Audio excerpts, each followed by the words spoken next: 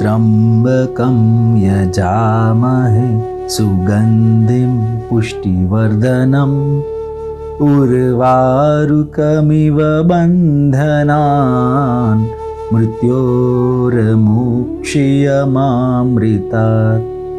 करोड़ो ब्रह्मांडोना नायक आशुतोष महादेवना दिव्य चरित्रोનું દિગ્દર્શન કરાવતી પવિત્ર કથા એટલે શિવ મહાપુરાણની કથા। સમસ્ત બ્રહ્માંડોમાં એકમાત્ર વ્યાપ્ત શિવ તત્વનું સૂક્ષ્માતિ સૂક્ષ્મ નિરૂપણ કરતું મહર્ષિ વેદવ્યાસ રચિત મહાપુરાણ એટલે શિવ મહાપુરાણ પૂજ્યપાદ સદગુરુ સ્વામી શ્રી નિર્દોષાનંદ સરસ્વતીજી મહારાજના કૃપાપાત્ર સદશિષ્ય સ્વામી શ્રી ભોળાનંદ સરસ્વતીજી મહારાજના સુરત મુકામે સંવંત 2080ના ચાતુર્માસ દરમિયાન તેઓ શ્રીના શ્રી મુખેથી પ્રવાહિત થયેલી શ્રી શિવ મહાપુરાણ કથા સત્સંગ સરિતા પૂજ્ય શ્રીની અત્યંત સરળ ભાવભક્તિપૂર્ણ સુસ્પષ્ટ અને સર્વગ્રાહ્ય સુમધુર વાણી દ્વારા વહેતી આ કથા સરિતા હૃદયમાં પ્રસ્ફુટિત કરે છે અદ્ભુત શિવચરણાનુરાગ। શિવોપાસનાનું રહસ્ય પ્રત્યેક કથાની માર્મિક સમજૂતી સાથે અનેક ઐતિહાસિક પ્રસંગોનું સુંદર નિરૂપણ શ્રોતાજનોને મંત્રમુગ્ધ કરે છે। જીવનું શિવ સાથે અનુસંધાન કરાવતી અંતરમાં અનેરો શિવ ભક્તિ ભાવ જગાડતી અને શિવ તત્વ જ્ઞાન વડે મુક્તિનો માર્ગ બતાવતી આ કથાનું રસપાન કરીએ। ચાલો આ શિવ મહાપુરાણની કથા સત્સંગ સરિતામાં સ્નાન કરી ધન્યતા અનુભવીએ। પ્રતિદિન સત્સંગ પ્રવચનનું જીવંત પ્રસારણ નિહાળો ગુરુ સાનિધ્ય યુટ્યુબ ચેનલ પર। ઓમ નમો નારાયણાય। પરમાત્મા સદાશિવ પરમ દયાળુ પરમ કૃપાળુ શીઘ્ર પ્રસન્ન થવાવાળા ભક્તવત્સલ દેવોના દેવ મહાદેવ છે। શિવની પરમ અહેતુકી કૃપા જીવની ઉપર જ્યારે થાય ત્યારે જીવને શિવ મનુષ્યનું શરીર પ્રદાન કરે છે। મનુષ્ય શરીર મળવું એ ભગવાન શિવની પરમ કૃપા છે। માનવનો જન્મ મળી જાય ભગવાન શિવની અંદર સહેજમથી થોડી ઘણી પણ ભક્તિ થઈ જાય, શિવના ચરણોમાં અનુરાગ થઈ જાય તો એનું મુક્તિનું બીજ પ્રગટ થઈ ચૂક્યું છે એમ સમજવું। માનવ જન્મ અને શિવની ભક્તિ એ પરમ દુર્લભ વસ્તુ છે। શિવની ભક્તિ જેના હૃદયની અંદર ઉત્પન્ન થઈ ગઈ તો સમજવું કે એ જીવનો હવે છેલ્લો જન્મ છે। જીવની ઉપર ભગવાન કૃપા કરીને માનવ જન્મ આપે છે। મનુષ્ય જન્મ મેળવીને જીવ જે બળભાગી જીવ છે, જે ભાગ્યશાળી જીવ છે, જેને કંઈક સમજાણું છે કે મારે ભગવાનની પ્રાપ્તિ કરવી છે, મારે મોક્ષ મેળવી લેવો છે, એવો જીવ ભગવાનની પ્રાપ્તિ માટે સાધન ભજનની અંદર પ્રવૃત્ત થાય છે। પૂજા પાઠ ધ્યાન ધૂન સંકીર્તન વગેરે સાધનો વડે જીવ ક્રમશઃ શિવની તરફ આગળ વધતો હોય છે। ભગવાનની પ્રાપ્તિ માટેના, શિવના દર્શન માટેના, શિવ તત્વની અનુભૂતિ માટેના અનેક સાધનો શાસ્ત્રોની અંદર બતાવવામાં આવ્યા છે। એવા સર્વ ઉપાયોમાં ભગવાન શિવની કથાનું શ્રવણ એ બહુ મોટું સાધન છે। ભગવાનની કથા સાંભળીને એનું ચિંતન કરવું, મનન કરવું, એનાથી જીવના અજ્ઞાનના આવરણ હટી જાય છે। શિવની કથા સાંભળવાથી જીવના અંતઃકરણની શુદ્ધિ થવા લાગે છે, જીવ પાપ મુક્ત થવા લાગે છે, જીવ અજ્ઞાનથી દૂર થવા લાગે છે। ભગવાન શિવના અનેક લીલા ચરિત્રોથી ભરપૂર જે કથા એ જ આ શિવ મહાપુરાણની કથા છે। કળિયુગના જીવોના ઉદ્ધાર માટે આ કથારૂપી ભાગીરથી આ ધરાતલ ઉપર વહી રહી છે. પ્રયાગરાજ તીર્થમાં શૌનક વગેરે મોટા મોટા ઋષિઓ મુનિઓની સમક્ષ મહર્ષિ વેદવ્યાસના પ્રિય શિષ્ય મુખ્ય શિષ્ય સૂતજી ભગવાન શિવની આ કથા ઋષિઓ મુનિઓને સંભળાવે છે.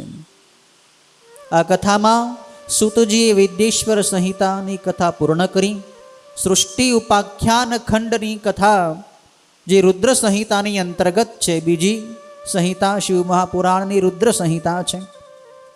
એ રુદ્ર સંહિતામાં સૃષ્ટિનો ઉપાખ્યાન અને સૃષ્ટિની ઉત્પત્તિ કેવી રીતે થઈ એનું વર્ણન સૂતજીએ ઋષિઓની સમક્ષ કર્યું.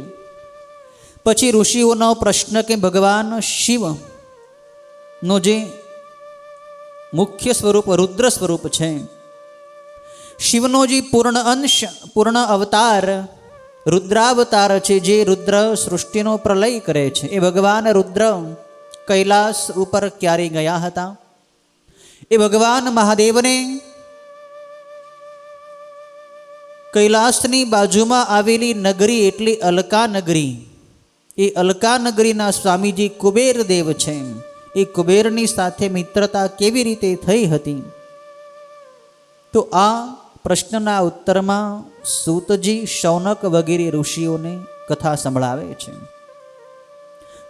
સૂતજી કહે છે કે આવો જ પ્રશ્ન જે તમે મને પૂછ્યો છે એવો જ પ્રશ્ન નારદજીએ બ્રહ્માજીને પૂછ્યો હતો. સૂત અને શૌનક વગેરે ઋષિઓના સંવાદની અંતર્ગત નારદજી અને બ્રહ્માજીનો સંવાદ આવે છે. સૂતજી આ કથા ઋષિઓ મુનિઓને સંભળાવે છે અને બ્રહ્માજી ભગવાન શિવની આ કથા નારદજીને સંભળાવે છે. એ વિષયમાં કુબેરનો પૂર્વજન્મ શું હતો એની કથા બ્રહ્માજી નારદજીને સંભળાવે છે કે કુબેર પૂર્વજન્મમાં ગુણનિધિ નામે બ્રાહ્મણના દીકરા હતા. ગુણનિધિનું ચરિત્ર આપણે ગઈકાલે જોયું કે ગુણનિધિ યજ્ઞદત્ત દીક્ષિત બ્રાહ્મણનો દીકરો હતો. નાનીથી એનામાં સંસ્કાર સારા હતા, પણ કુસંગના પ્રભાવથી એને જુગારનું વ્યસન લાગુ પડ્યું. જુગાર રમવામાં એ આસક્ત થયો અને પોતાના કુળના આચાર વિચાર ધર્મ સંસ્કાર બધું એણે છોડી દીધું. એના પિતાજીને પણ ખબર ન પડે એ રીતે એણે પોતાના ઘરમાંથી ઘણી બધી કિંમતી ચીજ વસ્તુઓ ચોરી કરીને જુગારની અંદર એ રમી ગયો. ઘણી બધી વસ્તુ એ હારી ગયો. એની માતાએ એને ઘણીવાર સમજાવ્યો કે બેટા, તું આ જુગાર રમે છે, બહુ ખરાબ વ્યસન છે, તું આ છોડી દે, એનાથી તારા કુળને કલંક લાગશે. તારા પિતાને જો ખબર પડશે તો એ તારા પિતા પણ મને અને તને બંનેને ધકશે, મારશે, કાઢી મૂકશે. બ્રાહ્મણ થઈને જુગારનું વ્યસન એ ભયંકર પાપ છે, તું છોડી દે. ઘણી ગણો સમજાવ્યું પણ છતાં ગુણનિધિ છેવટ સુધી સમજ્યો નહીં. અને યજ્ઞદત્ત દીક્ષિત એનો જે પિતા હતો એને એક ઝવેરીની પાસેથી એક વીંટી દેખાણી. એ વીંટી એની પોતાની યજ્ઞદત્ત દીક્ષિતની જ હતી. એ વીંટી ઉપરથી એણે એ વીંટીને જોઈને યજ્ઞદત્ત દીક્ષિત બ્રાહ્મણે પેલા ભાઈને પૂછ્યું કે આ વીંટી તું ક્યાંથી લઈ આવ્યો? ત્યારે એ ભાઈએ ખુલાસો કર્યો કે આ વીંટી તમારો પુત્ર જે ગુણનિધિ છે એ જુગારમાં ગઈકાલે હારી ગયો હતો.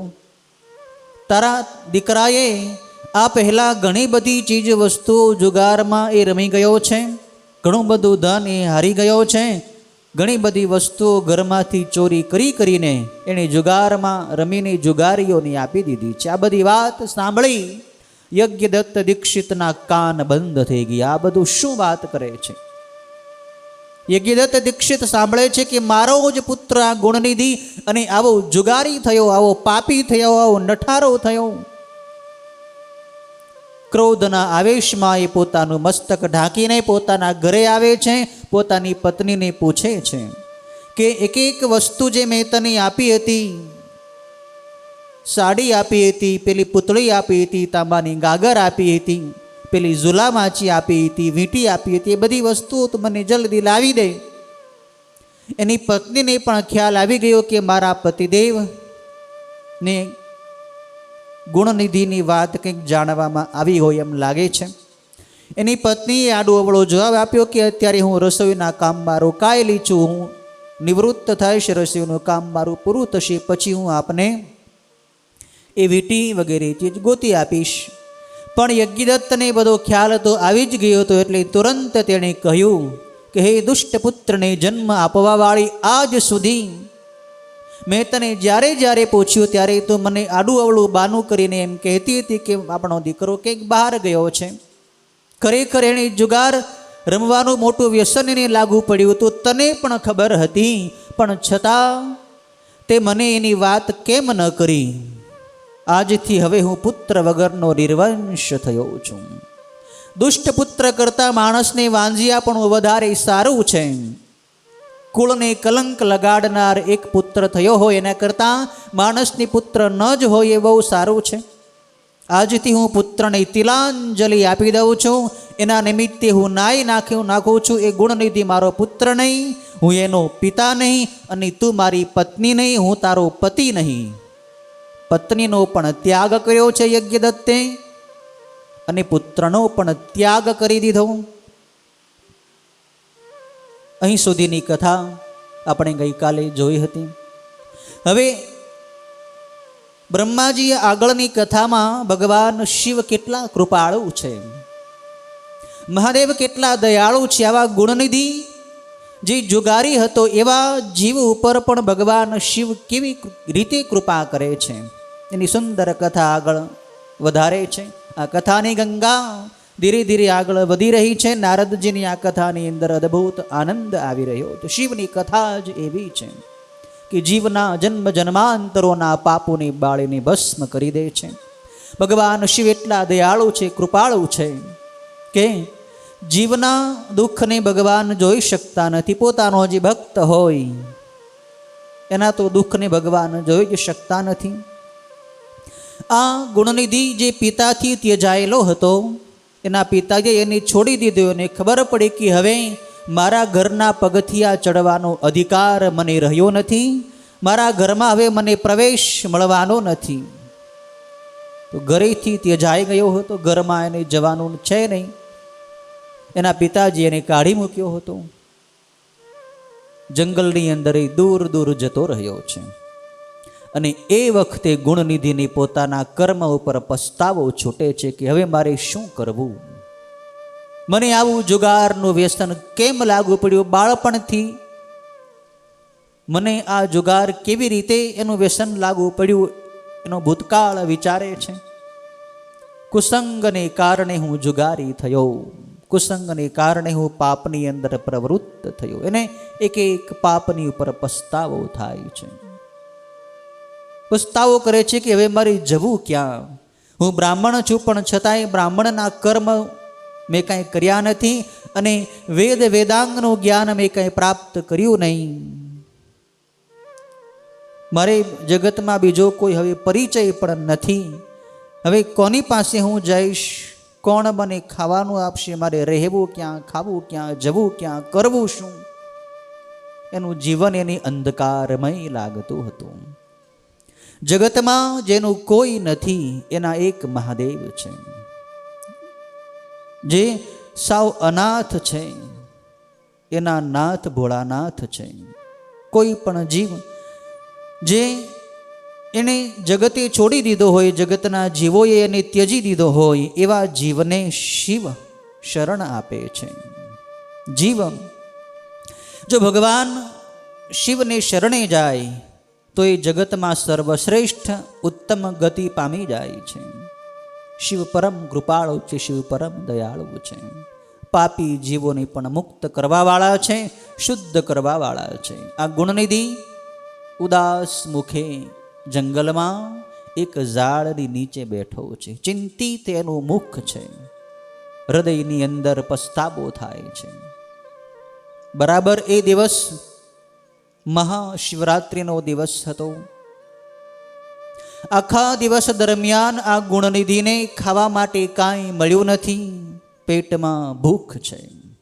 પણ અજાણતા એનાથી ઉપવાસ થઈ ગયો છે. શિવરાત્રિનો પર્વ, એ પર્વમાં ઉપવાસનું ખૂબ મહાત્મ્ય છે. શિવરાત્રિના પર્વમાં, શિવરાત્રિને દિવસે ભગવાન શિવની પૂજા કરવાનું અને શિવની પૂજા જોવાનું ખૂબ મહાત્મ્ય છે. અને શિવરાત્રિની રાત્રે ભગવાન શિવની પાસે જાગરણ કરવાનું, જાગવાનું ખૂબ મહાત્મ્ય છે. આ ગુણનિધિ ભલે પાપી હતો, જુગારી હતો, પણ અજાણતા એનાથી ઉપવાસ થઈ ગયો. ભગવાન શિવ એના ઉપર કૃપાળુ થયા. ઘટના એવી બની, ઉદાસમુખી ગુણનિધિ બેઠો છે, એની બાજુમાંથી રસ્તો પસાર થતો હતો. જંગલમાં એક નાનકડી કીડી, જંગલમાં દૂર એક શિવાલય હતું. એ શિવાલયમાં શિવરાત્રિની રાત્રે પૂજા કરવા માટે કોઈ એક શિવ ભક્ત પોતાના મિત્રો, સગા સ્નેહીઓ, કુટુંબીજનોની સાથે પૂજા કરવા માટે ત્યાં જઈ રહ્યો હતો. જંગલના એ રસ્તેથી એ પસાર થયો. એની સાથે ઘણા બધા બીજા ભક્તો પણ હતા. એમની સાથે પૂજાની સામગ્રી પણ હતી. ભગવાનને ચડાવવા માટેના પુષ્પો, બિલીપત્ર, ભગવાનને ધરવાના નૈવેદ્યની પ્રસાદી, આ બધી પૂજાની સામગ્રી, પૂજાપો સાથે લઈ આ બધા ભક્તો શિવની પૂજા કરવા માટે જઈ રહ્યા હતા. એમની પાસે જે ભગવાનને ધરવાની પ્રસાદીના નૈવેદ્ય હતા, એની સુગંધ આ ગુણનિધિને સૂંઘવામાં આવી. એને થયું કે આ લોકોની પાસે કંઈક ખાવાનું છે. લાગે છે એમ કે આ લોકો કંઈક ભગવાનના મંદિરમાં પૂજા કરવા જતા હોય. એની વેશભૂષાઓ પરથી એમ લાગે છે, એમની પાસે જે સામગ્રી છે એની પાસે એ જોવાથી એમ લાગે છે કે આ લોકો ભગવાનની પૂજા કરવા માટે જ જઈ રહ્યા છે. એને અણસાર આવી ગયો. એ ગુણનિધિને થયું કે હું એમની પાછળ જાઉં. આ લોકો ભગવાનના મંદિરમાં જશે, ભગવાનની પૂજા કરશે, ભગવાનની પ્રસાદી ધરશે, નૈવેદ્ય ધરશે. પછી એ લોકો જ્યારે પૂજા કરી થાકીને રાત્રે ઊંઘે, સૂઈ જાય, પછી એમણે જે પ્રસાદી ધરી હશે એ હું ખાઈ લઈશ, મારું પેટ ભરી લઈશ. ભૂખ તો બહુ મોટું દુઃખ છે, ભૂખ મોટો રોગ છે, અન્ન એનું ઔષધ છે. ગુણનિધિ એ ભક્તોની, ભક્ત મંડળીની પાછળ પાછળ જાય છે. પેલા ભક્તો તો મંદિરમાં ગયા છે, ભગવાનની પૂજા એમણે ભાવથી કરી છે. ભાવથી, પ્રેમથી ભગવાનની ઉપર એમણે અભિષેક કર્યો. ષોડશોપચાર વિધિથી સ્નાન, વસ્ત્ર, ચંદન, અક્ષત, પુષ્પ, પુષ્પની માળા, બિલીપત્ર, અબીલ, ગુલાલ, ધૂપ, દીપ, નૈવેદ્ય, મુખવાસ, દક્ષિણા, આરતી, પ્રદક્ષિણા, પુષ્પાંજલિ, વિશેષ અર્ઘ્ય વગેરે દ્રવ્યોથી એમણે ભગવાનની ભાવથી, પ્રેમથી પૂજા કરી. પૂજા પૂર્ણ કર્યા પછી એ બધાએ ભક્તોએ ભગવાનની પાસે શિવાલયમાં કીર્તન કર્યું છે, ધૂન બોલ્યા છે. ભાવથી, પ્રેમથી બધાએ ભક્તો એવી ધૂન બોલ્યા. ધૂનની અંદર બધા મસ્ત થઈ ગયા. ખૂબ ધૂન, સંકીર્તન વગેરે થયું. પછી લોકો થાક્યા. અડધી રાત્રિ કરતાં પણ વધારે સમય વ્યતીત થઈ ગયો, પસાર થઈ ગયો. ત્યારે થાક્યા એટલે બધાએ લોકોને એમ થયું કે અહીંયા જ આપણે આજુબાજુ જગ્યા જે ખાલી છે ત્યાં આરામ કરી લઈશું. જે બધા ભક્તો ત્યાં જ્યાં જગ્યા મળી ત્યાં સૂઈ ગયા છે. અને એ ભક્તો જે પૂજા, ધૂન, સંકીર્તન વગેરે કરતા હતા, એ બધોય પૂજા, ધૂન, સંકીર્તન વગેરે આ ગુણનિધિએ મંદિરની બહાર બેઠા બેઠા બધું જોયા કર્યું. એને લાલચ તો ભગવાનને ધરેલા નૈવેદ્યની હતી, પ્રસાદીની હતી. એને ખાવાનો લોભ હતો. એને કંઈ પૂજામાં પ્રેમ નહોતો, એને ધૂન સંકીર્તનમાં કાંઈ રસ નહોતો. એની અંદર પેટમાં જે ભૂખ લાગી હતી, ભૂખ મટાડવાની હતી. પણ એ નિમિત્તે પણ એણે ભગવાનની પૂજાના દર્શન કર્યા, ભગવાનની ધૂન એણે સાંભળી, કીર્તનો સાંભળ્યા. આ બધું જોવાથી માણસના બધાએ પાપ બળી જાય છે. શિવની પૂજા થતી હોય એને તમે જોવો ને તો જોવાથી બધા પાપ બળી જાય છે. મનુષ્ય તો શું, કોઈ પશુ પક્ષી પણ શિવની પૂજાના દર્શન કરે. કોઈ પશુ હોય, કોઈ પક્ષી હોય, એ પણ શિવાલયની બહાર બેઠા બેઠા શિવના કોઈ ભક્તો જે મંદિરની અંદર પૂજા કરતા હોય એ પૂજા જોવે, પક્ષીઓ પશુઓ વગેરે, તો એને પણ ભગવાન સારો જન્મ આપે છે ને પછી એની ભક્તિ આપે ને પછી મુક્તિ આપે છે.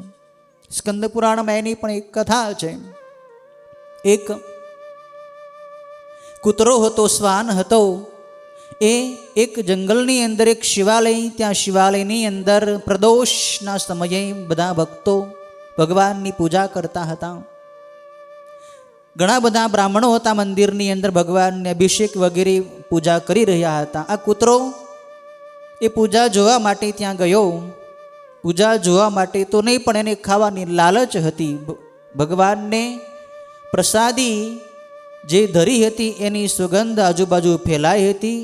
એ પ્રસાદી ખાવા માટે કૂતરો મંદિરની સામે બહારની બાજુમાં મુખ રાખીને બેઠો છે. આ બધા ભક્તો પૂજા કરે છે, કૂતરો એને જોઈ રહ્યો છે. પેલા લોકોને એમ થયું કે આ કૂતરો આવીને અહીંયા ક્યાં બેસી ગયો, એટલે એમણે એને કઢાડ્યો, આકલ મારી અને હડકારો કરીને કાઢી મૂક્યો. તો વળી થોડીક વાર આજુબાજુ આંટા મારીને કૂતરો વળી પાછો આવીને મંદિરની સામે બેસી ગયો. વળી પાછા પેલા ભક્તોએ હડકારો કરી અને કાઢ્યો, તો થોડી વાર આજુબાજુ ફરીને વળી પાછો એ કૂતરો ત્યાં આવીને બેસી ગયો. એમ 3-4 વખત કૂતરો વળી વળીને પાછો આવ્યો. ત્યારે પેલા ભક્તોની ક્રોધ ચડ્યો. એમની પાસે તીરકામઠું હતું, એટલે એમાંથી કોઈ ભક્તે ક્રોધમાં આવીને એ કૂતરાને તીર માર્યો. એ કૂતરો ત્યાં મરણને શરણ થયો, મૃત્યુ પામ્યો. પણ એણે અંત સમયે શિવ પૂજાના દર્શન કર્યા હતા. ભલે દેહ કૂતરાનો હતો, પણ એ કૂતરાના શરીર વડે, એ શ્વાનના શરીર વડે પણ શિવ પૂજાના એને દર્શન થઈ ગયા. તો બીજા જન્મમાં એને રાજાના ઘરે અવતાર મળ્યો છે. એ રાજાનો દીકરો થયો છે અને પછી એની હાથમાં રાજ્ય આવ્યું છે.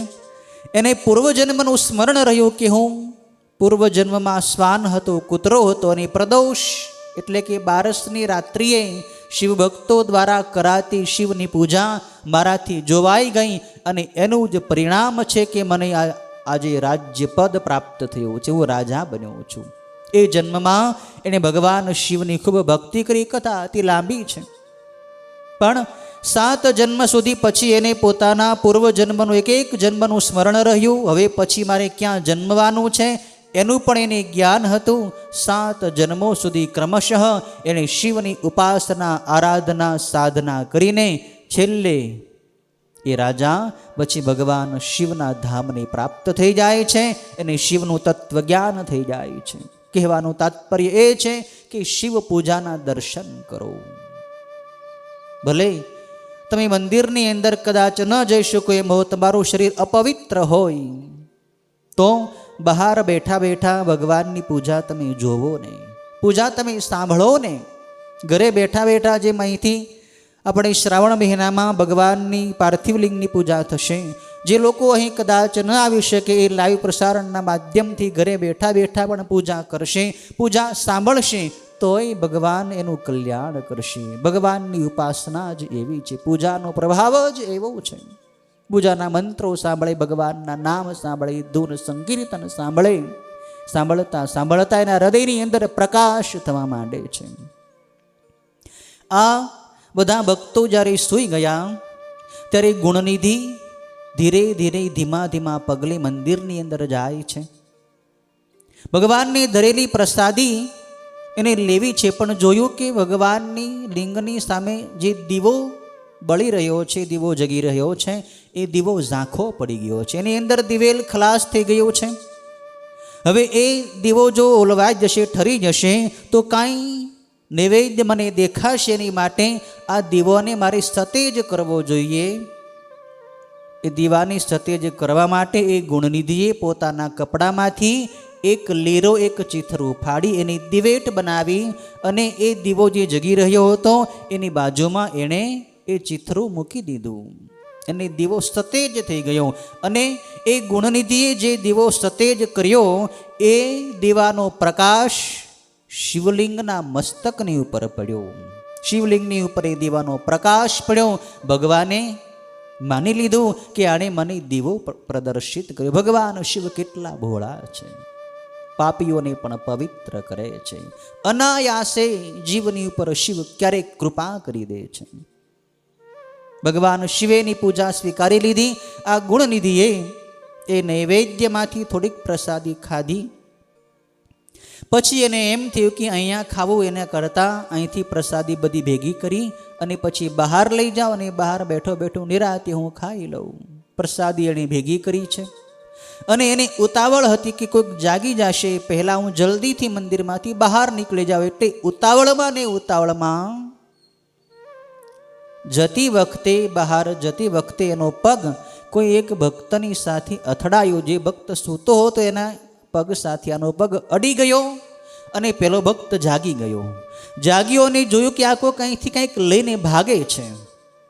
ભાગતો આ ગુણનિધિને જોયો એટલે પેલો ભક્ત ઊભો થઈને શોર બકોર કરવા માંડ્યો, બૂમાબૂમ કરવા માંડ્યો કે કોણ છે, કોણ છે, જાય છે, આ કોઈક ભાગે છે, કંઈક લઈ જાય છે અને પકડો. કોલાહલ થયો એટલે બધાય ભક્તો પછી તો જાગી ગયા અને શોર બકોર કરી પેલા ગુણનિધિની પાછળ દોડ્યા છે. અને એ અરસામાં આ કોલાહલ જ્યારે રાત્રે સંભળાયો ત્યારે એ નગરમાં એ શિવાલયની આસપાસ રાજાના જે સેવકો હતા, સૈનિકો હતા, રાજ્યના સૈનિકો એ જંગલમાં એ શિવાલયની આસપાસ જે ગુપ્ત રૂપે પહેરો ભરતા હતા એણે પણ આ અવાજ સાંભળ્યો એટલે એ પણ બધાય આવી ગયા. એણે પણ આ ગુણનિધિને પકડ્યો અને કાંઈ જાણ્યા જોયા વિચાર્યા વગર આ ગુણનિધિને મારવા જ માંડ્યા છે. બધાએ ખૂબ માર્યો. એટલે એક તો આ ગુણનિધિ ભૂખ્યો હતો, એક તો નિરાશ હતો, ઘરેથી ત્યજાયેલો હતો. બધાએ ખૂબ માર્યો એટલે એનો કાળ ત્યાં પૂરો થયો હતો. કાળ આવી ગયો, એનું આયુષ્ય પૂરું થયું અને મરણને શરણ થયો. જીવ પાપી છે. બ્રાહ્મણનું શરીર હોવા છતાં જુગાર એણે આખી જિંદગી એ રેમો છે. પણ અંત સમયે છેલ્લા દિવસે, જિંદગીના છેલ્લા દિવસે એણે કંઈક શિવનું ભજન અજાણતા પણ કરી લીધું. શિવની પૂજાના દર્શન, શિવ નૈવેદ્ય એણે આરોગ્યા. ભગવાનના લિંગની સામે એણે દીવો કર્યો છે. આટલું એનું પુણ્ય ભગવાને માની લીધું, સ્વીકારી લીધું. એ ગુણનિધિના દેહમાંથી એનું પ્રાણ પંખેરું ઉડી ગયું, પ્રાણ નિર્ગમન કરી ગયા. ત્યારે યમરાજના દૂતો એને લેવા માટે આવ્યા. એના શરીરમાંથી એના પ્રાણને ખેંચીને બહાર કાઢે છે. ત્યાં તો ભગવાન શિવના પાર્ષદો ઘૂઘરીઓના અવાજથી શોભતું વિમાન લઈને આવે છે અને એ ભગવાન શિવના ગણો ત્યાં આવી પેલા યમના દૂતોના હાથમાંથી એ ગુણનિધિના આ જીવાત્માને ભગવાનના દૂતોએ છોડાવી દીધો છે. યમના દૂતોને કહ્યું કે દૂર જાઓ તમે અહીંથી. ભગવાન શિવનો આ મહાન ભક્ત છે. ભગવાન શિવે અમને મોકલ્યા છે કે આના જીવાત્માને તમે આપણા કૈલાસની અંદર લઈ આવો. માટે અમે એને લેવા માટે આવ્યા છીએ, તમે આને છોડી દો. યમરાજના દૂતોના હાથમાંથી શિવગણોએ આ જીવાત્માને છોડાવી લીધો. ત્યારે યમદૂતોએ કહ્યું કે હે શિવગણો, તમે એમ કહો છો કે આને ભગવાન શિવે બોલાવ્યો છે, શિવલોકમાં લઈ જવાનો છે, તો આ તો મહાન પાપી જીવ છે. આણે એની જિંદગીમાં કાંઈ સત્કર્મ કર્યું નથી, કાંઈ દાન પુણ્ય કર્યું નથી, કંઈ સાધન ભજન ઉપાસના પણ કર્યા નથી. અને તમે તો મહાન પવિત્ર છો, આ મહાન પાપી છે. તમારા જેવા રુદ્ર ગણોએ અને અડાય પણ એનો સ્પર્શ પણ ન કરાય. જુઓ તો ખરા, એણે અંત સમયે શિવનું નિર્માલ્ય, શિવનું નૈવેદ્યને ચોરી લીધું છે. એ પણ મોટું એણે પાપ કર્યું છે. માટે તમે એને શા માટે શિવલોકની અંદર લઈ જવા માગો છો? ત્યારે શિવના ગણો કહે છે કે યમદૂતો, તમારી બુદ્ધિ સ્થૂલ છે અને ભગવાન શિવની ઉપાસનાના જે નિયમો છે, જે સિદ્ધાંતો છે, એ અતિ સૂક્ષ્મ છે. સ્થૂલ બુદ્ધિવાળા લોકો શિવના સૂક્ષ્મ ધર્મોને સમજી શકતા નથી. આણે અંત સમયે ભગવાનની પૂજા જોઈ છે. શિવરાત્રિને દિવસે એણે ઉપવાસ કર્યો, રાત્રે જાગરણ કર્યું છે. અંતે શિવ પૂજાના દર્શન કર્યા છે. શિવનું નૈવેદ્ય એણે ખાધું છે અને ભગવાનના લિંગની સામે એણે દીવો પ્રગટાવ્યો છે. બસ બધું થઈ ગયું. આટલું પણ પુણ્ય જીવને તમામ પાપોમાંથી મુક્ત કરી દે છે અને એને ભગવાન શિવના ધામની પ્રાપ્તિ કરાવી દે છે. આટલી એણે ભગવાનની ઉપાસના કરી છે, માટે ભગવાન શિવે એમને કહ્યું છે કે એને લઈ આવો, એને કૈલાસમાં રાખવાનો છે અને પછી કાલાંતરે એને કલિંગ દેશના રાજા અરંદમનો પુત્ર બનાવવાનો છે. એ કલિંગ દેશનો રાજા થશે અને પછી અંતે કુબેર પદને પામી જશે. શિવના ગણોએ યમદૂતોના હાથમાંથી એ જીવાત્માને છોડાવી લીધો છે. યમના દૂતોએ યમલોકમાં જઈને યમરાજની પાસે આ બધી વાત કરી કે શિવગણોએ આવી રીતે અમારા હાથમાંથી આ જીવાત્માને છોડાવી દીધો છે, આવું શા માટે, આનું રહસ્ય શું છે? ત્યારે યમરાજે પણ એ શિવદૂતો પોતાના દૂતોને કહ્યું છે કે હે દૂતો, તમે મારી ખાસ વાત આજે સાંભળી લો. જે મનુષ્ય કપાળની અંદર ભસ્મ કરી હોય, જે મનુષ્ય પોતાના આખા શરીરે ભસ્મ લગાડતો હોય અને કોઈ પણ નિમિત્તે શિવનો વેશ એણે પહેર્યો હોય, ભલે ધંધાના લોભે, પૈસાના લોભે, બીજા પાસેથી પૈસા પડાવવા માટે કે નાટક માટે કે કોઈ પહેરવેશ એણે જે શિવનો પહેરી લીધો હોય, શિવનો વેશ કોઈ પણ નિમિત્તે પહેરે, શિવની ભસ્મ લગાડે, રુદ્રાક્ષ પહેરે અને ઓમ નમઃ શિવાયનો મંત્ર બોલે, એવા મનુષ્યને તમારે ભૂલે ચૂકે પણ અહીં યમલોકની અંદર લાવવાનો નથી. એ ભગવાન શિવના ધામનો અધિકારી છે. ખાસ મારી આ વાત તમે સાંભળી લેજો અને હવે પછી ક્યારેય ભૂલ કરતા નહીં કે શિવનો ભક્ત તો આપણા બધા માટે વંદનીય છે. ભલે એના હૃદયમાં ભક્તિ હોય કે ન હોય, પણ શિવની ભસ્મ લગાડી હોય, શિવનો વેશ એણે પહેર્યો હોય, રુદ્રાક્ષ પહેર્યો હોય, એને ભગવાન શિવ શિવલોકની અંદર લઈ જાય છે. એને યમલોકની અંદર આવવું પડતું નથી, એને નરકના દુઃખ ભોગવવા પડતા નથી. યમના દૂતોને પણ આશ્ચર્ય થયું છે. ભગવાન શિવના દૂતો એને કૈલાસમાં લઈ ગયા છે. ઘણો સમય કૈલાસમાં રહ્યા પછી એ ગુણનિધિનો જીવાત્મા પછી પૃથ્વી ઉપર જે કલિંગ દેશ આવેલો છે, એ કલિંગ દેશના રાજા અરંદમ હતા. એ અરંદમ રાજાના ઘરે આ ગુણનિધિના જીવાત્માને જન્મ મળે છે. એ રાજપુત્ર બને છે. એ પુત્રનું નામ દમ રાજા પાડ્યું છે. અરંદમનો પુત્ર દમ. અરંદમ રાજા જ્યારે મૃત્યુ પામ્યો ત્યારે દમ રાજાના હાથમાં શાસન આવ્યું. એ દમ રાજાને પોતાના પૂર્વજન્મનો ઇતિહાસનો ખ્યાલ હતો કે હું પૂર્વજન્મમાં ગુણનિધિ હતો અને ભગવાન શિવનું શિવરાત્રિનું વ્રત મારાથી અજાણતા થઈ ગયું. ભગવાનના લિંગની સામે મેં દીવો પ્રગટાવ્યો હતો. એ દીવાના પુણ્યથી મને આજે આ રાજ્યનું પદ પ્રાપ્ત થયું છે. તો હવે મારે મારા રાજ્યમાં જેટલા શિવાલયો છે એ બધા એ શિવાલયોમાં આજીવન પર્યંત હું જ્યાં સુધી જીવું ત્યાં સુધી મારે દીવડાઓ અખંડ પ્રગટાવવા છે. આ અરંદમ રાજાના પુત્ર દમ રાજાએ પોતાના રાજ્યની અંદર જેટલા શિવાલયો હતા, એ શિવાલયો જે પ્રદેશમાં હતા, જે ગામડાઓમાં હતા, એ બધાએ ગામેતી અધિકારીઓને બોલાવીને આવી સ્પષ્ટ આજ્ઞા આપી દીધી કે આપણા રાજ્યમાં જેટલા શિવાલયો છે એ બધા એ શિવાલયોમાં અખંડ દીવડાઓ કાયમને માટે પ્રગટવા જોઈએ. જે શિવાલયની અંદર દીવડાઓ પ્રગટતા નહીં હોય, અખંડ દીવો નહીં બળતો હોય, તો એ શિવાલયના આસપાસના જે ગામેતી અધિકારી હોય એને હું ભયંકર શિક્ષા કરીશ અને પ્રાણદંડ આપીશ. માટે મારી આજ્ઞા છે કે ખાસ બધા શિવાલયોમાં દીવડાઓ ચાલુ રહેવા જોઈએ. એ અરંદમ રાજાના પુત્ર દમ રાજાના પ્રભાવથી એ બધા શિવાલયોમાં અખંડ દીવડાઓ પ્રગટવા લાગ્યા. જ્યાં સુધી એ જીવ્યો ત્યાં સુધી એણે ભગવાન શિવની પૂજા કરી, શિવની આરાધના કરી, શિવની તપશ્ચર્યા કરી અને છેવટે જ્યારે એનું મૃત્યુ થયું ત્યારે ભગવાન શિવની કૃપાથી એને અલકા નગરીનું પદ કુબેરનું પદ પ્રાપ્ત થયું. જે કુબેર ધનના ભંડારી છે, જે કુબેર ધનના દાતા છે, ધનદ કુબેર કહેવાય છે. જે કુબેર દિગપાલ છે, ચાર દિશાઓના ચાર દેવો, એમાં ઉત્તર દિશાના જે દેવ છે, ઉત્તર દિશાના જે દિગપાલ છે એ કુબેર દેવ છે. શિવાલયમાં તમે જશો ને તો શિવાલયની પરિક્રમા ભરતી વખતે શિવાલયની પરિક્રમામાં જે દિગપાળોના ગોખ હોય છે, જે દિગપાળોની મૂર્તિઓ હોય છે, એ ગોખની અંદર એમાં ઉત્તર દિશામાં તમને કુબેરની મૂર્તિના દર્શન થશે. કુબેર દિગપાલ છે. એ દિગપાલનું પદ આ ગુણનિધિને પ્રાપ્ત થઈ ગયું. વિચાર કરો, ક્યાં એ પાપી ગુણનિધિ અને એકમાત્ર દીવડો પ્રગટાવવાથી એ ક્યાંનો ક્યાં પહોંચી ગયો, કુબેર બની ગયો.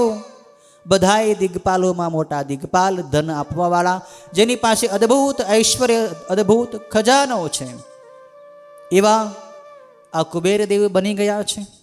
પછી આગળના અધ્યાયમાં બ્રહ્માજી નારદજીની કથા સંભળાવે છે કે ભગવાન શિવની સાથે આ કુબેરની મિત્રતા કેવી રીતે થઈ.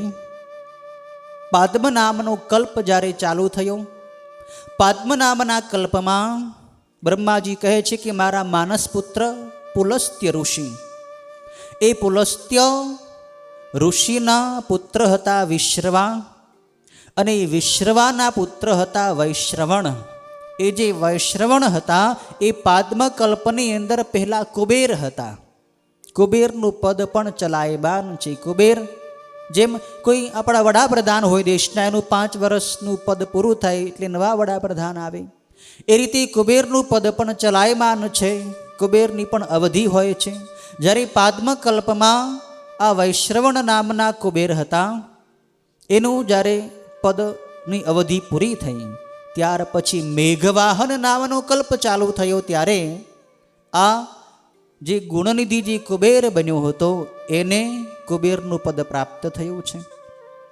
એ કુબેર બન્યો છે અને પછી એણે ભગવાન શિવની જે સર્વોત્તમ નગરી કાશી નગરી છે, જે શિવને અતિ વહાલી છે, જેનું નામ આનંદવન પણ છે, એ કાશી નગરીમાં એ કુબેર ગયો છે. ત્યાં રહીને ભગવાન વિશ્વનાથ મહાદેવના જ્યોતિર્લિંગના એમણે દર્શન કર્યા છે. અને ભગવાન શિવનું એક અદ્ભુત ચૈતન્યમય શિવલિંગ એણે કાશી નગરીમાં સ્થાપ્યું છે. કુબેરે કાશી નગરીની અંદર ભગવાન શિવનું એક શિવલિંગ સ્થાપ્યું, અને એ શિવલિંગની સમક્ષ આ કુબેર દેવે 10,000 વર્ષો સુધી એવું કઠિન તપ કર્યું કે તપ કરતા કરતા એના શરીરમાંથી બધું માંસ સુકાઈ ગયું છે. માત્ર હાડકાની ચામડા જ શેષ રહ્યા છે.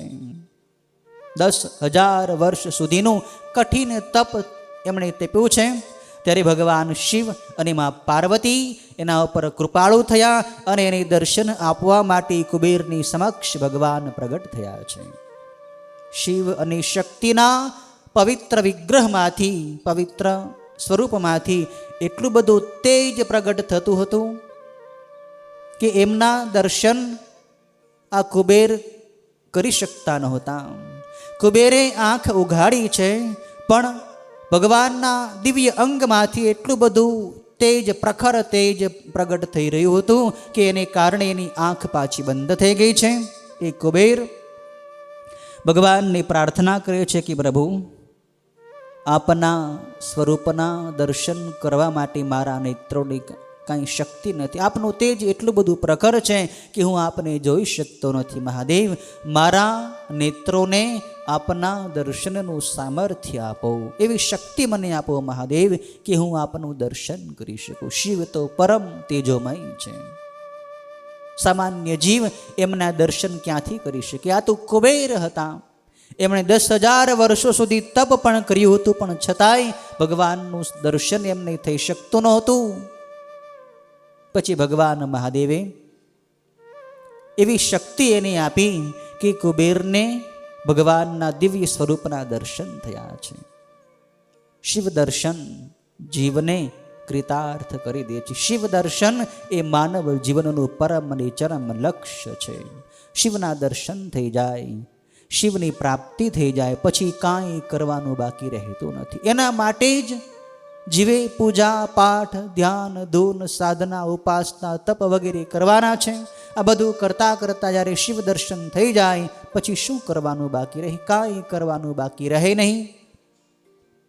ગુણનિધિને આ કુબેર જે બન્યો છે, ગુણનિધિ જે પૂર્વજન્મનો હતો, એ કુબેર બન્યો. એણે ભગવાનના દર્શન થયા.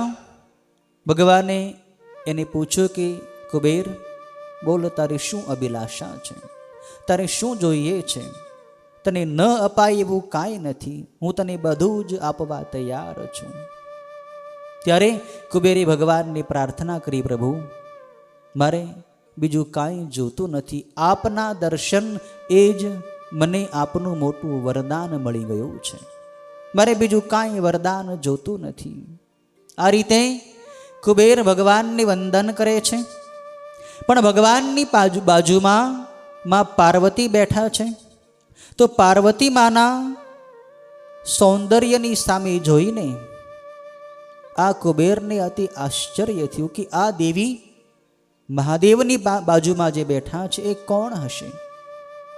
એ દેવીએ એવું કયું ઉત્તમ તપ કર્યું હશે, મારા કરતાં પણ એણે કંઈક વધારે તપ કર્યું હશે કે જેથી એને ભગવાન શિવની બાજુમાં સ્થાન પ્રાપ્ત થયું. આ સ્ત્રી કોણ હશે? આ દેવી કોણ હશે? ધન્ય છે આ માતાને, ધન્ય છે આ દેવીને કે જેને ભગવાન શિવની બાજુમાં એની અર્ધાંગના રૂપે સ્થાન પ્રાપ્ત થયું છે. આવી રીતે મા પાર્વતીની સામે, એમના સૌંદર્યની સામે આ કુબેર સતત જોઈ રહ્યા છે. એક ટશે એક નજરે મા પાર્વતીની સામે કુબેર જોયા કરે છે. એટલે મા પાર્વતીને ક્રોધ ચડ્યો છે કે આ તપસ્વી સતત મારી સામે ખરાબ ભાવથી જોવે છે કે શું? આવી મારા ઉપર કુદ્રષ્ટિ એ શા માટે કરે છે? મા પાર્વતીને થોડો ગુસ્સો થયો છે. ભગવાનને મા પાર્વતી કહ્યું કે આ તપસ્વી કોણ છે અને મારી સામે સતત આ ટગર ટગર શું જોયા કરે છે? ત્યારે ભગવાન મહાદેવે એને કહ્યું કે દેવી, આ તમારી ઉપર કોઈ કુદ્રષ્ટિ કરતો નથી, એ તો તમારા તપની પ્રશંસા કરે છે. પણ સ્ત્રીની સામે, દેવીની સામે સતત એકી નજરે જોયા કરવાથી કુબેરની ડાબી આંખ ફૂટી ગઈ છે. કુબેરનું ડાબું નેત્ર ફૂટી ગયું છે. કોઈ સ્ત્રીની સામે સતત જોવાથી પાપ લાગે છે. પર સ્ત્રી સામે સતત જોવું નહીં.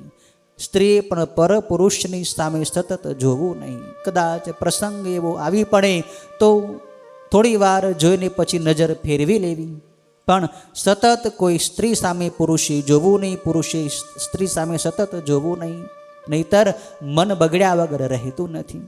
ભલે આ કુબેરનું મન કાંઈ બગડ્યું નહોતું, એ તો માં પાર્વતીની તરફ પૂજ્ય ભાવથી જોતા હતા, પણ છતાં એનું ડાબું નેત્ર ફૂટી ગયું. તો જે કુભાવથી સ્ત્રી ઉપર દ્રષ્ટિ કરે, જે સ્ત્રી કુભાવથી પર પુરુષ ઉપર દ્રષ્ટિ કરે, એને કેટલું પાપ લાગતું હશે, એનું શું દશા થતી હશે? આ દ્રષ્ટાંતથી આપણે સમજવાનું છે. શક્ય હોય ત્યાં સુધી કોઈ પુરુષની સામે પુરુષે પણ બહુ વધારે લાંબો સમય જોવો નહીં. સ્ત્રીએ કોઈ સ્ત્રી સામે પણ વધારે લાંબો સમય આંખથી આંખ મિલાવીને જોવું નહીં. કોઈની દ્રષ્ટિ ન આપો. દ્રષ્ટિ એક શિવને આપો, દ્રષ્ટિ એક મહાદેવને આપો. જોવા જેવા એક મહાદેવ છે. જગત જોવા જેવું નથી, કોઈનું શરીર જોવા જેવું નથી, કોઈનું શરીર સુંદર નથી. કોઈ સ્ત્રીનું શરીર સુંદર નથી, કોઈ પુરુષનું શરીર પણ સુંદર નથી. સુંદર એક પરમાત્મા છે. પરમાત્માનું સૌંદર્ય સદાય અખંડ રહે છે. બાકી માનવનું શરીર તો આજે સુંદર છે, કાલે વૃદ્ધ થશે, કાલે એટલી એની ખરાબ હાલત થશે, એની સામે જોવું પણ તમને ગમશે નહીં. આ શરીરની અંદર કાંઈ સારું નથી. જોવા જેવા એક મહાદેવ છે, મહાદેવને જુઓ, બાકી કોઈની દ્રષ્ટિ આપવી નહીં. ભગવાન શિવમાં પાર્વતીને કહે, દેવી આ તો તમારો પુત્ર છે, આ તો તમારો દીકરો છે, અને તમારા દિવ્ય સૌંદર્યની એ પ્રશંસા કરે છે, તમારા તપના એ વખાણ કરે છે. તમે એની ઉપર પ્રસન્ન થાવ, તમે એને અપનાવી લો. ત્યારે માં પાર્વતી કુબેરની ઉપર પ્રસન્ન થયા છે. માં પાર્વતી કહ્યું કે હે કુબેર, તારું એક નેત્ર સ્ત્રીને જોવાથી ફૂટી ગયું, એટલે તારું નામ એક પિંગ નામ પડશે. તું ધનનો સ્વામી બનીશ, તારું નામ કુબેર પડશે. અને તું બીજાને ધનનું દાન પણ કરી શકીશ.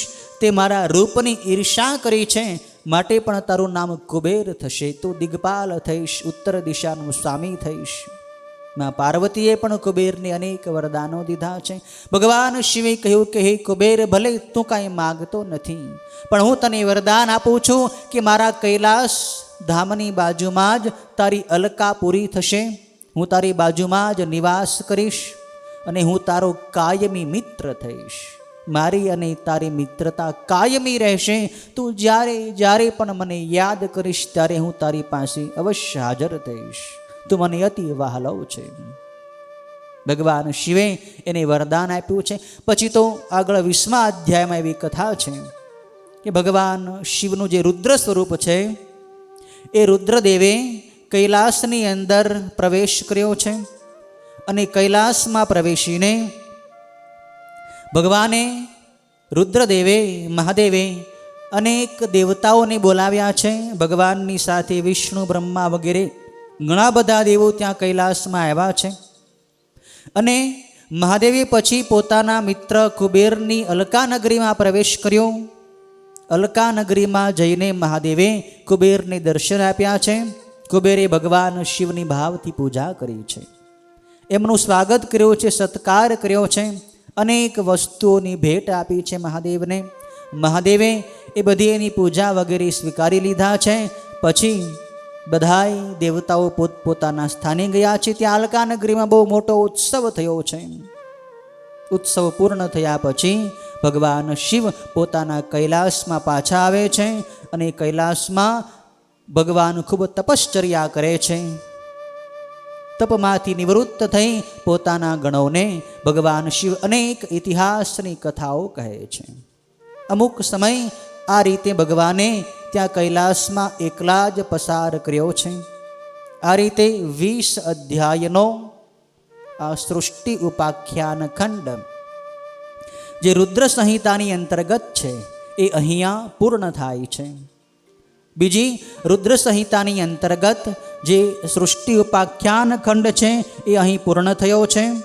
ત્યારબાદ રુદ્ર સંહિતાનો બીજો ખંડ, જેનું નામ સતી ખંડ છે, કે જે ખંડની અંદર દક્ષપુત્રી સતી દેવીની કથા વિસ્તારથી વર્ણવવામાં આવી છે. એ ખંડનો અહીં બ્રહ્માજી પ્રારંભ કરે છે. બ્રહ્માજી આ કથા નારદજીને સંભળાવી રહ્યા છે. અને સૂતજી આ કથા શૌનક વગેરે ઋષિઓની પ્રયાગરાજ તીર્થની અંદર સંભળાવી રહ્યા છે. આ ખંડની અંદર પહેલા અધ્યાયમાં નારદજી બ્રહ્માજીને પ્રશ્ન કરે છે. નારદજી બ્રહ્માજીને પૂછે છે કે હે પિતામહ બ્રહ્મા, આપે ભગવાન શિવની અદ્ભુત કથા મને સંભળાવી. સૃષ્ટિ ઉપાખ્યાન ખંડમાં સૃષ્ટિની ઉત્પત્તિની કથા સંભળાવી. પણ ભગવાન શિવની કથા જ એટલી વહાલી છે, એટલી દિવ્ય છે કે સાંભળતા અમારા કાનની તૃપ્તિ જ થતી નથી. કથા સાંભળ્યા જ કરીએ. હવે મને જાણવાની જિજ્ઞાસા છે કે ભગવાન શિવ ગૃહસ્થી કેવી રીતે બન્યા?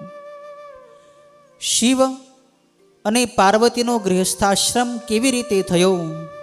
શિવ તો નિરંજન નિરાકાર છે, એમને માયાનો સ્પર્શ નથી, એને સ્ત્રીની કોઈ જરૂર નથી, પણ છતાં એમણે વિવાહ શા માટે કર્યો? મને એની જાણવાની જિજ્ઞાસા છે. અને શિવે સતી દેવી સાથે વિવાહ કર્યો છે, તો એ સતી દક્ષ પ્રજાપતિના પુત્રી હતા. પણ એ જ સતી બીજા જન્મમાં હિમાલયની પણ પુત્રી થયા છે. તો એ સતી દક્ષના પુત્રી કેવી રીતે, અને એ જ સતી હિમાલયની પુત્રી કેવી રીતે? એક જ શરીરે એ દક્ષની અને હિમાલયની પુત્રી કેવી રીતે મનાય છે? પહેલા અવતારમાં એ સતી નામે છે, બીજા અવતારમાં એ પાર્વતી નામે છે. તો એ સતી દેવીની બધી લીલાઓ, એ પાર્વતી માની પણ બધી લીલાઓ મારે જાણવાની જિજ્ઞાસા છે. માં પાર્વતીનો અને શિવનો વિવાહ, સતીનો અને શિવનો વિવાહ એ પણ જાણવાની જિજ્ઞાસા છે. અને કુમાર કાર્તિકેયનો જન્મ જે થયો છે માં પાર્વતીથી, એની એ જન્મની કથા પણ જાણવાની મને જિજ્ઞાસા છે. તો આપ આ કથા મને વિસ્તારથી સંભળાવો. ત્યારે બ્રહ્માજી નારદજીની આ કથા આગળ સંભળાવે છે. પહેલા અધ્યાયમાં સતી ખંડમાં કે હે નારદજી, સતી દેવીની કથા હું તમને કહું છું. પહેલાં જ્યારે મેં મારા મનમાંથી 10 માનસ પુત્રોને પ્રગટ કર્યા હતા. મારા 10 માનસ પુત્રો કહેવાય છે. એ પુત્રોમાં મરીચી, અત્રિ, પુલહ, પુલસ્ત્ય, અંગિરા, ક્રતુ, વશિષ્ઠ, નારદ, દક્ષ અને ભૃગુ, આ 10 મારા મહાન સમર્થ મારા માનસ પુત્રો છે. એ માનસ પુત્રો મારા મનમાંથી પ્રગટ થયા છે, મારા મનમાંથી એની ઉત્પત્તિ થઈ છે, એટલે મારા એ માનસ પુત્રો કહેવાય છે. અને એની સાથે એક સંધ્યા નામની પુત્રી પણ મારા મનમાંથી પ્રગટી. સંધ્યા નામની પુત્રી પ્રગટ થઈ. એ સંધ્યા અતિ સુંદર અંગવાળી છે. એમના શરીરમાં દિવ્ય કાંતિ છે. હું મારા પુત્રોની સામે ઊભો હતો. અમારી સાથે મારી પુત્રી પણ હતી. 10 માનસ પુત્રો અને એક પુત્રી. એ સંધ્યા નામની પુત્રી છે. એ દિવસની સંધ્યા, જે સવારની સંધ્યા છે, ને ક્ષાંતા કહેવાય છે. અને સાયંકાળની જે સંધ્યા છે ને જપંતિકા કહેવાય છે. સંધ્યા અને અમે ઊભા હતા, પણ મારા મનમાં એવી ઈચ્છા થઈ કે મારા જે આ 10 પુત્રો છે, એ 10 પુત્રો તો પ્રજાપતિ છે અને એ પ્રજાઓનું સર્જન કરવાવાળા છે. એનાથી પ્રજાનો જન્મ થવો જોઈએ, એનાથી એનો વંશ વિસ્તાર આગળ વધવો જોઈએ. મારું કાર્ય સૃષ્ટિની ઉત્પત્તિ કરવાનું છે, તો મારા પુત્રો પણ આ કાર્યની અંદર મને સહાયક થાય. પણ કેવી રીતે આ પુત્રો પોતાના વંશ વિસ્તારને વધારે, એવો વિચાર જ્યારે બ્રહ્માજી મનમાં કરતા હતા, ત્યારે બ્રહ્માજીના મનમાંથી એક અતિશય સુંદર પુરુષ, એક યુવાન પુરુષ પ્રગટ થયો છે. એના શરીરમાં એટલું સૌંદર્ય છે કે એને જોતા જ બીજાના મન ચરિત થઈ જાય, ભ્રમિત થઈ જાય, મોહિત થઈ જાય. એના મસ્તકમાં વાળ એના વાંકડિયા છે, એના શરીરની દિવ્ય કાંતિ છે, એના એક એક અંગની અંદર સુંદરતા છે. એનું નાક સુંદર છે, એનું કાન સુંદર છે, એના હાથ, એના પગ, એની દરેક ઇન્દ્રિયો અતિશય સૌંદર્યથી ભરેલી છે. આવો એ સુંદર પુરુષ જે પ્રગટ થયો, એ પુરુષ એટલે બીજું કોઈ નહીં, એ પુરુષ એટલે કામદેવ, જે બલબલા યોગીઓના ચિત્તને પણ ચલાયમાન કરી નાખે એવો આ કામદેવ છે. કામદેવનું પ્રાગટ્ય બ્રહ્માજીના મનમાંથી થયું છે. કામદેવી પ્રગટથી બ્રહ્માજીને વંદન કર્યા અને પ્રાર્થના કરી કે હે મારા પિતાજી બ્રહ્મા, મારું કાર્ય શું છે? આપ મને મારું કાર્ય બતાવો અને મારા નામ કયા છે એ મારા નામ પણ મને જણાવો. હે પિતામહ બ્રહ્મા, મારું કાર્ય અને મારું નામ, મારી શક્તિ, મારા શસ્ત્રો બધા કયા છે એ પણ મને આપો, જેથી હું મારું કાર્ય કરી શકું.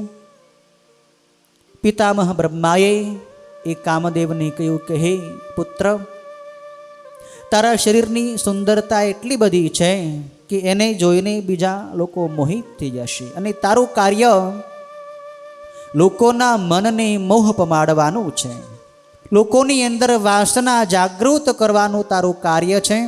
તારે બધાના મનની અંદર વ્યાપી જવાનું છે અને મનને કામ વાસનાથી ભરીને પુરુષને સ્ત્રી પ્રત્યે અને સ્ત્રીને પુરુષ પ્રત્યે આકૃષ્ટ કરવાનું તારું કાર્ય છે. અને સ્ત્રી પુરુષ પરસ્પર આકૃષ્ટ થશે, એનાથી એની સંતતિનો જન્મ થશે, એને પુત્રોત્પત્તિ થશે અને લોકોનો વંશ વિસ્તાર વધશે, સૃષ્ટિનું નિર્માણ થશે, સૃષ્ટિનો વંશ વિસ્તાર થશે. મારું કાર્ય સૃષ્ટિ વધારવાનું છે, સૃષ્ટિને જન્મ આપવાનું છે. આ કાર્યમાં તારે સહાયક થવાનું છે. લોકોના મનને તારે મોહિત કરવાના છે.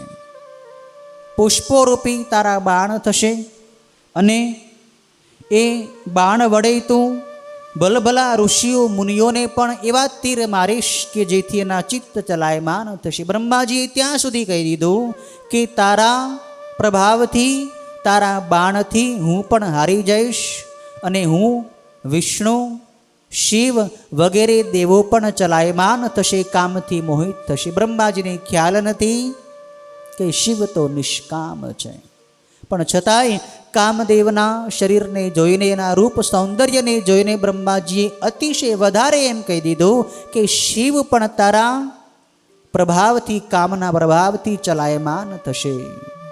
પણ શિવ તો નિરંજન નિરાકાર છે, શિવ નિષ્કામ છે, શિવને કામનો સ્પર્શ નથી. શિવ તો કામને પણ બાળીને ભસ્મ કરવાવાળા છે. પણ બ્રહ્માજીએ અતિશય વધારે કામદેવને એનું પદ આપી દીધું છે, એની શક્તિ આપી દીધી છે. બ્રહ્માજીએ કહ્યું કે હે પુત્ર, હર્ષણ, રોચન, મોહન, શોષણ અને મારણ આ નામના 5 તારા બાણો હશે. એ બાણો વડે તું બધાયને મોહ પમાડી શકીશ. અને એ વખતે કામદેવને એના જે બીજા ભાઈઓ ઋષિઓ મુનિઓ હતા, જે 10 માનસ પુત્રો હતા, બ્રહ્માજીએ એ પોતાના 10 માનસ પુત્રોને ઋષિઓને કહ્યું કે હે પુત્રો, તમે આ જે કામદેવ છે એના બીજા પણ નામ પાડો. ત્યારે બધા ઋષિઓ વતી વશિષ્ઠ ઋષિએ કામદેવના અલગ અલગ નામ પાડ્યા છે. એનું એક નામ પાડ્યું છે મન્મથ. કામદેવનું નામ મન્મથ પાડ્યું છે. મન્મથ એટલે જે મનને મથી નાખે, મનને ચલિત કરી દે એવા દેવ એટલે કામદેવ. કામદેવનું નામ મન્મથ છે. બીજું એનું નામ મદન છે. એને બીજાના મનની અંદર મદ ઉત્પન્ન કરે, વાસના ઉત્પન્ન કરે, કામ ઉત્પન્ન કરે, એટલે કામનું નામ મદન પણ પડ્યું છે. અને કામનું એક નામ કંદર્પ પણ છે. કંદર્પ એટલે કામદેવ, મન્મથ એટલે કામદેવ, મદન એટલે કામદેવ. આવા અલગ અલગ નામ ઋષિઓએ એ કામદેવના પાડ્યા છે. બ્રહ્માજીએ એને શક્તિ આપી છે, શસ્ત્રો આપ્યા છે. પછી કામદેવે વિચાર કર્યો કે મારા પિતાજીએ મને આવી શક્તિ આપી છે, તો એ શક્તિનો પ્રયોગ હું અત્યારે જ કરું. અત્યારે જ હું મારા પિતાની ઉપર, મારા બધા ભાઈઓની ઉપર, મારી બહેન જે સંધ્યા છે એની ઉપર પણ મારા શસ્ત્રોનો પ્રયોગ કરું કે આ મારા ભાઈઓ અને મારા પિતા વગેરે એનાથી એનું મન વિચલિત થાય છે કે નહીં, એનું મન કામથી વિહવળ બને છે કે નહીં.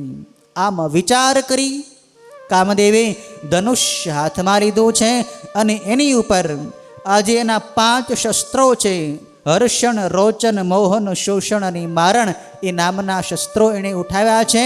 એ તીરને એણે સાંધ્યું છે અને બાણની જે ધનુષ્યની પણછ હતી એ પણછની દોરીને એણે જોરથી ખેંચી છે.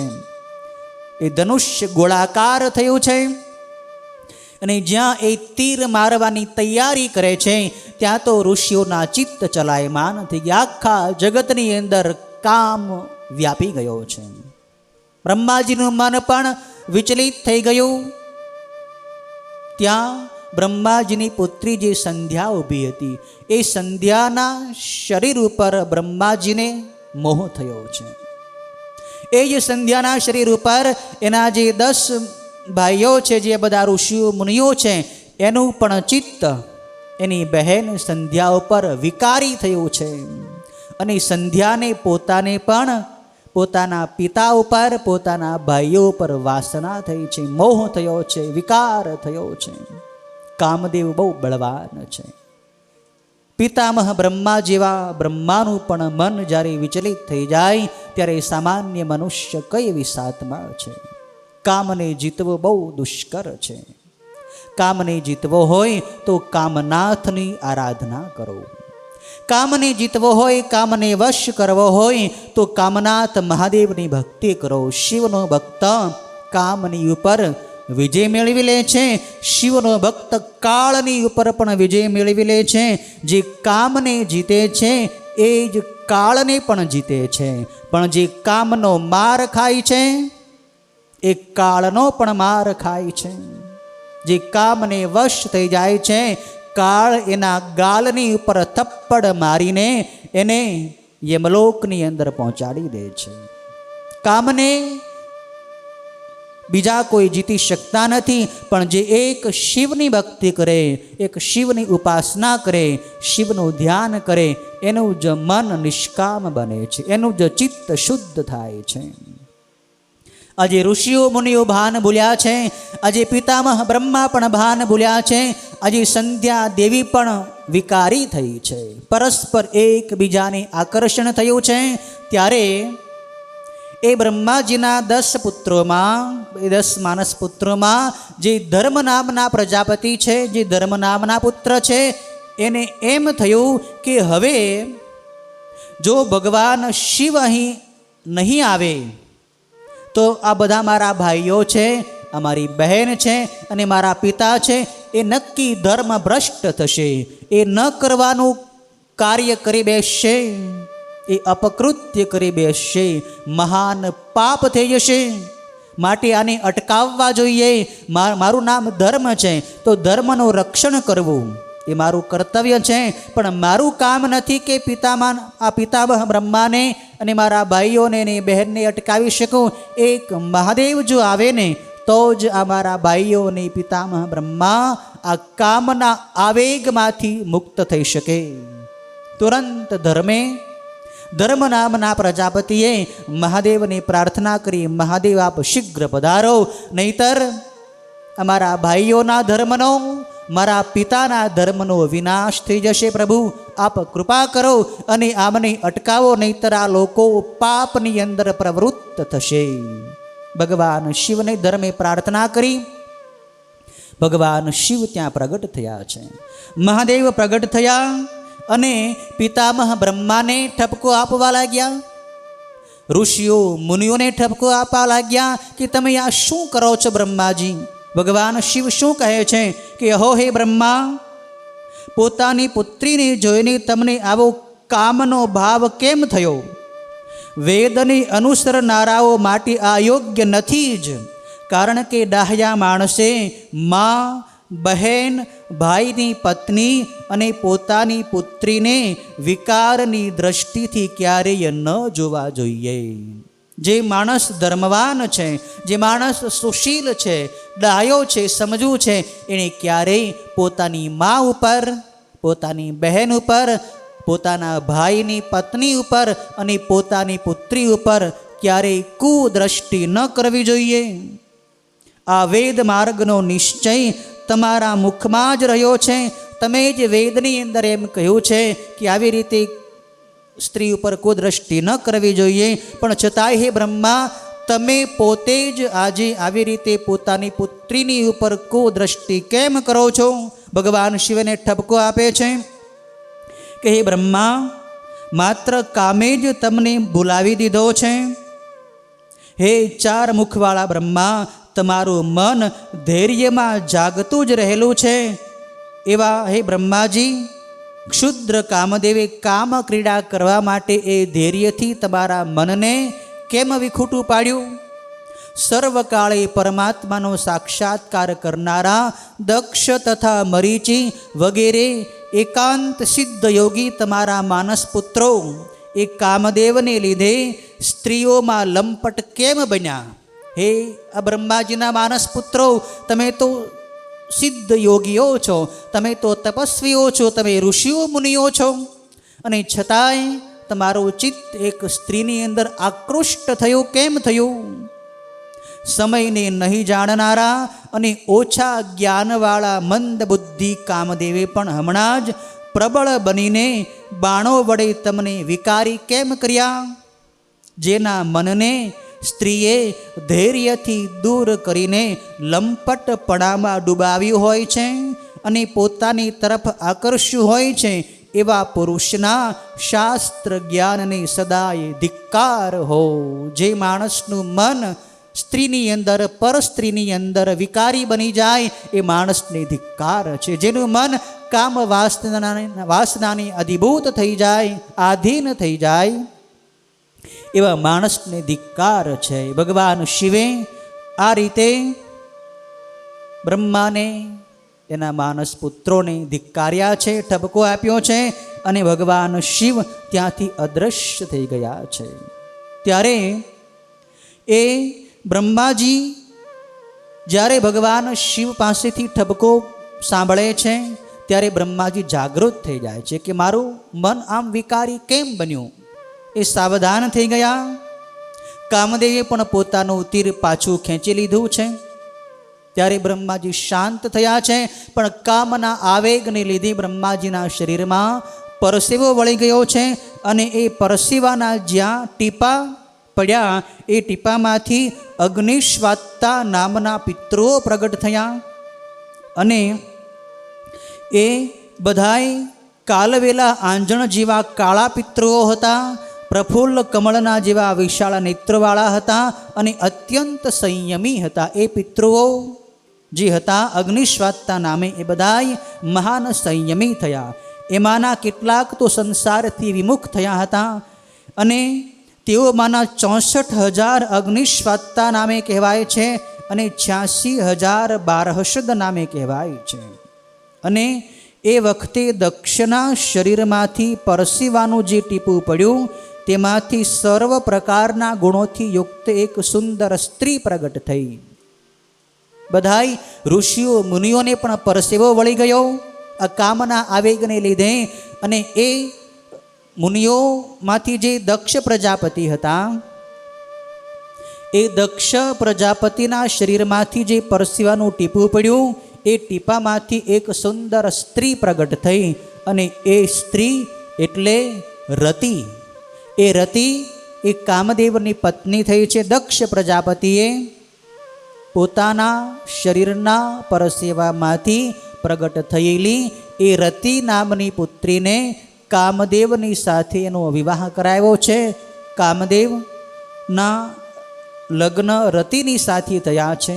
કામદેવ મન્મથ છે. બલબલા ઋષિઓ મુનિઓને પણ કામદેવે મથી નાખ્યા છે.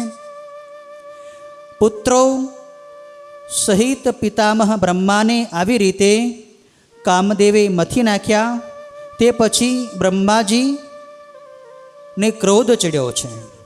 બ્રહ્માજીને કામદેવની ઉપર અત્યંત દુસ્સહ ક્રોધ ચડ્યો, અને ક્રોધને લીધે બળબળતા અગ્નિની પેઠે બ્રહ્માજી કામદેવને કહેવા લાગ્યા કે આ કામદેવ ગર્વથી મોહિત થયો છે, તેથી મહાદેવ તરફ આવું અતિ અઘટિત કર્મ કરીને એમના નેત્રના અગ્નિથી કામદેવ જલ્દી બળીને ભસ્મ થઈ જશે.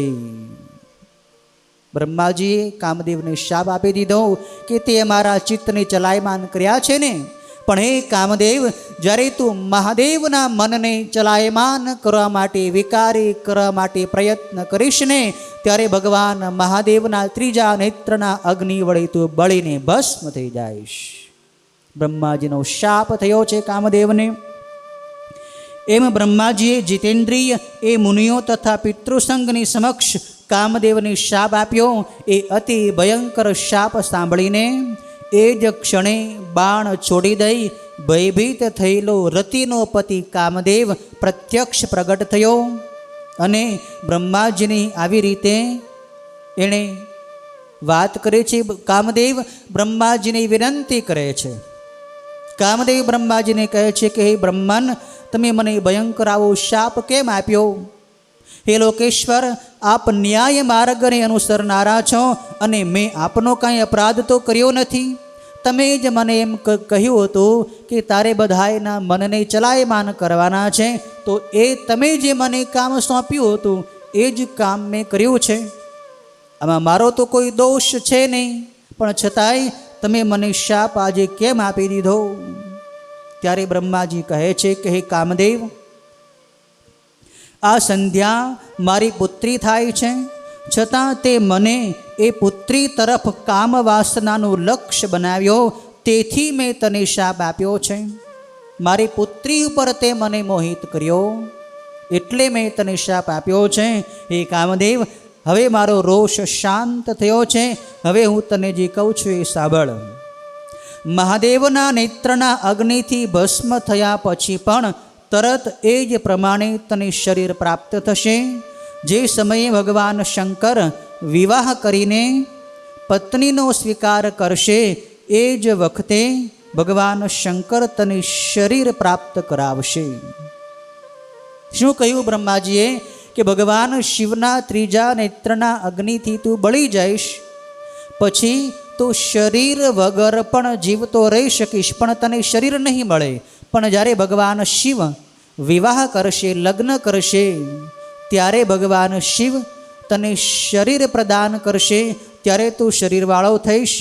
એમ કામદેવને કહી પિતામહ બ્રહ્મા પોતાના માનસ પુત્રોના દેખતા અદૃશ્ય થઈ ગયા, અને એ માનસ પુત્રો પણ અત્યંત સુખી થયા.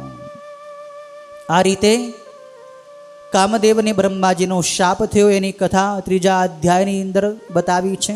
ચોથા અધ્યાયમાં કામદેવનો અને રતિનો વિવાહનું વર્ણન કર્યું છે.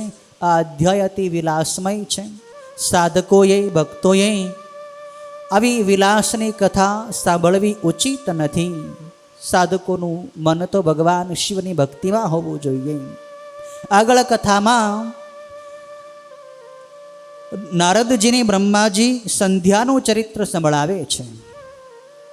જે સંધ્યા બ્રહ્માજીના મનમાંથી પ્રગટ થઈ છે, અને એ સંધ્યાને પોતાના પિતા ઉપર મોહ થયો, પોતાના ભાઈઓની ઉપર મોહ થયો.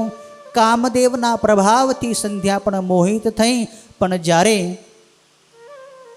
કામદેવના આવેગમાંથી બધાય નિવૃત્ત થયા, બ્રહ્માજી કામદેવને શાપ પણ આપી દીધો. એ વખતે સંધ્યાને ભયંકર પશ્ચાતાપ થાય છે. સંધ્યાને થયું કે મારું શરીર હજી જન્મ્યું, હું હજી જન્મી જ હતી, ત્યાં જ મને મારા પિતા ઉપર, મારા ભાઈઓની ઉપર મોહ થયો. તો હવે મારે મારા આ શરીરને રાખવું યોગ્ય નથી. મારે મારું શરીર હવે આ ત્યજી દેવું છે. મારે હવે તપ કરીને આ શરીરને સૂકવી નાખવું છે. માટે હવે હું નક્કી મારા પાપને બાળવા માટે તપ કરીશ. સંધ્યા દેવી કેવી રીતે તપ કરે છે? સંધ્યા દેવી કોની ઉપાસના કરે છે? સંધ્યા દેવી કયા મંત્રનો જપ કરે છે, અને એ મંત્રથી એને શું પ્રાપ્ત થાય છે? એનું દિવ્ય ચરિત્ર, એ સંધ્યાનું ચરિત્ર નારદજીને, બ્રહ્માજી અને શૌનક વગેરે ઋષિઓને સૂતજી એના વિશેની સુંદર કથા, એ વિસ્તારપૂર્વકની કથા, કે જે કથાની અંદર ભગવાન શિવનો અદ્ભુત મહિમા વર્ણવવામાં આવ્યો છે, એ કથા સૂતજી ઋષિઓને આવતીકાલે સંભળાવશે. ઓમ પૂર્ણમદઃ પૂર્ણમિદં પૂર્ણાત પૂર્ણમુદચ્યતે પૂર્ણસ્ય પૂર્ણમાદાય પૂર્ણમેવાવશિષ્યતે. ઓમ શાંતિ શાંતિ શાંતિ. ઓમ નમઃ શિવાય. ઓમ નમઃ શિવાય. ઓમ નમઃ શિવાય. ઓમ નમઃ શિવાય. ઓમ હર હર ભોલે નમઃ શિવાય. ઓમ હર હર ભોલે નમઃ શિવાય. ઓમ હર હર ભોલે નમઃ શિવાય. ઓમ નમઃ શિવાય. ઓમ નમઃ શિવાય. ઓમ નમઃ શિવાય. ઓમ નમઃ શિવાય. ઓમ હર હર ભોલે નમઃ શિવાય. ઓમ હર હર ભોલે નમઃ શિવાય. ઓમ નમઃ શિવાય. ઓમ નમઃ શિવાય. ઓમ નમઃ શિવાય. ઓમ નમઃ શિવાય. ઓમ હર હર ભોલે નમઃ શિવાય. ઓમ હર હર ભોલે નમઃ શિવાય. ઓમ નમઃ પાર્વતી પતયે. હર હર મહાદેવ.